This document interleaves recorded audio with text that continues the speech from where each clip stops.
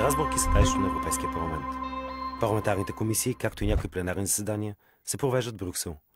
Част от генералния секретариат е разположен в Люксембург. Договорът от Лисабон дава на Европейския парламент повече правомощи от когато и да било да оформи облика на Европа. През последната година европейските депутати гласуваха стотици пъти по законодателни въпроси от най-различно естество, които засягат всички нас като граждани, работници и потребители. С влизането в сила на договор от Лисабон се укрепват и правата на европейските граждани. Хартата за основните права стана задължителна за всички институции на Съюза, като ги задължава да вземат предвид гражданските, политическите, икономическите и социалните права на европейските граждани в законодателството и във всяко предприето от тях действие. През юни 2009 година се проведоха последните европейски избори. Днес Европейският парламент състои от 736 членове. Европейските депутати са излъчени от близо 100 национални политически партии. Те са организирани в 7 политически групи. Договорът от Лисабон осигурява по-съществена роля на Европейския парламент в качеството му законодател и добавя близо 50 области, за които се прилага процедурата за съвместно вземане на решение в условия на равнопоставеност между Европейския парламент и Съвета на министрите. Селското стопанство, енергийната сигурност, имиграцията, правосъдието и вътрешните работи, здравеопазването и структурните фондове са само някои от тези области. Европейският парламент играе също така нова роля в ЕС и неговите институции. От сега нататък Европейският парламент ще одобрява председателя на Европейската комисия и съгласието му ще е необходимо за назначаването на върховния представител по въпросите на външната политика. Освен това, Европейският парламент ще взема решение по цялостния бюджет на Европейския съюз заедно с Съвета на министрите. От 1979 година насам Европейският парламент се избира чрез преки избори и в момента това е 7-ият му мандат.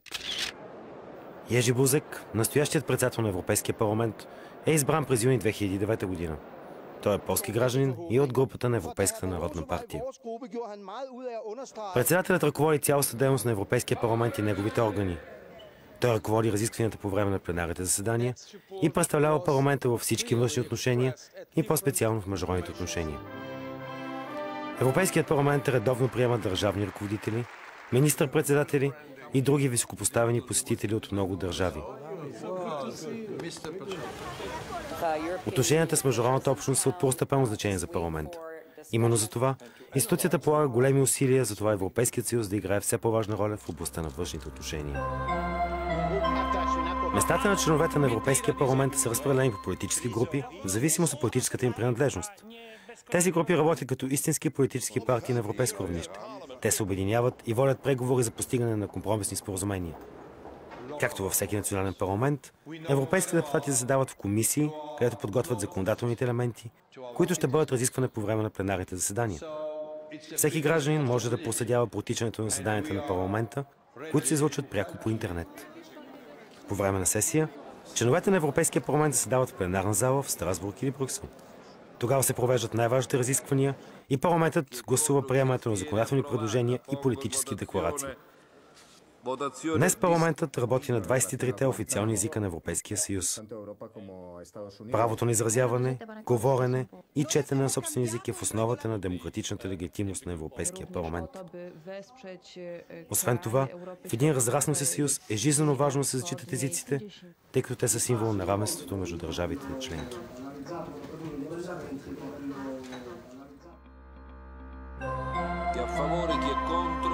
Голяма част от националните ни закони се изготвят и гласуват на европейско ниво.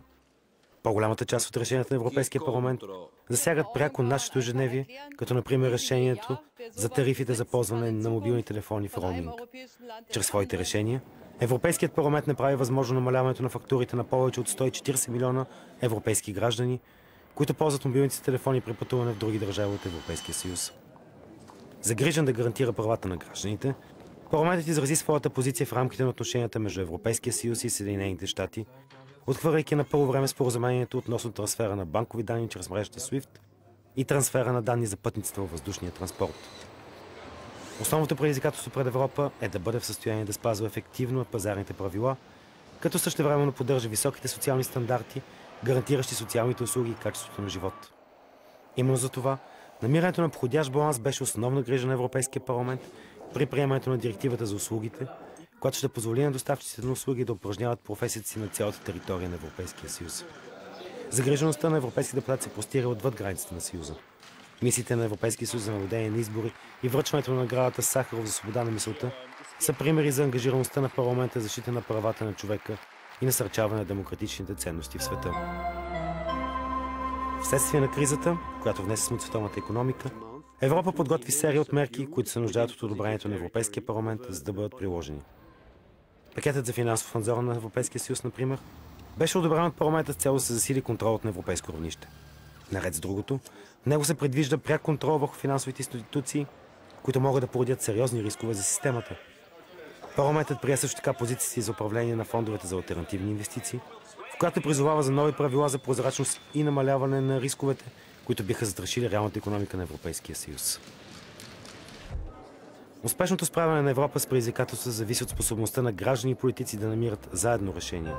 Един от най-добрите начини за проява на ангажираност в Европейския съюз е именно чрез Европейският парламент.